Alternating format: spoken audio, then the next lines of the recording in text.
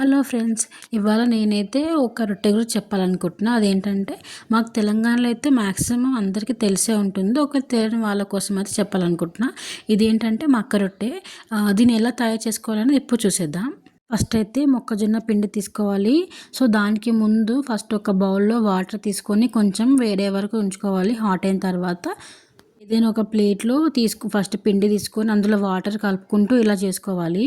మనం ఎంత ఎక్కువగా ఇలా పిసుకుతూ మెత్తగా చేస్తే అంత బాగుంటుంది, మనకు రొట్టె అంత మంచిగా వస్తుంది. బయట దొరికే పిచ్చి ఫుడ్ కాకుండా ఇలాంటి చేసుకుని తింటే మన హెల్త్ కూడా చాలా మంచిది. కానీ ఇది మన చపాతీలా కాకుండా ఇలా హ్యాండ్స్ మీద చేశారంట. ఇలా మా మమ్మీ అయితే హ్యాండ్స్ మీదే చేసింది. ఇంతకు ముందు కాలంలో అయితే చాలా మొత్తం హ్యాండ్స్తోనే వేసేవాళ్ళంట. ఇప్పుడు కొంచెం ఇలా హెల్ప్ తీసుకొని చేస్తున్నారు, ఇలా పీట మీద చేస్తున్నారు. అప్పుడప్పుడు కొంచెం వాటర్ తడుపుకుంటూ ఇలా మనం హ్యాండ్స్తో ఫింగర్స్ ఇట్లా అనాలి అంట. అలా అని ఓవర్గా కూడా వాటర్ పెట్టకూడదు. నేను ట్రై చేశాను, అది విరిగిపోయింది. ఫైనల్గా నేను కూడా చేశాను, అది లాస్ట్లో చూపిస్తా. ఇప్పుడైతే మా అమ్మ చేస్తుంది. టేస్ట్ అయితే చాలా బాగుంటుంది. మీరు కూడా పక్కా ట్రై చేయండి ఒకసారి. ట్రై చేసిన తర్వాత ఎలా వచ్చిందో కామెంట్ సెక్షన్లో కామెంట్ చేయండి. ఇది కలిపేటప్పుడే అందులో సాల్ట్ వేసుకోవచ్చు, వేసుకోకపోవడం అనేది మన ఆప్షన్ కంప్లీట్గా.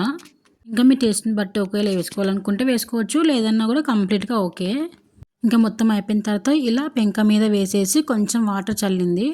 ఇంకా మంచిగా ఇలా వేడైన తర్వాత ఇలా మంచిగా కాల్చిన తర్వాత మళ్ళీ ఇంకా బ్యాక్ సైడ్ తిప్పేసి మళ్ళీ కొద్దిసేపు అలా ఉంచేసి తర్వాత ఇలా కలర్ వచ్చే వరకు ఉండాలి కొద్దిసేపు. అలా కలర్ మొత్తం అట్లా మంచిగా వచ్చిన తర్వాత తీసేస్తే సరిపోద్ది. అయితే పడుతుంది చేయడానికి.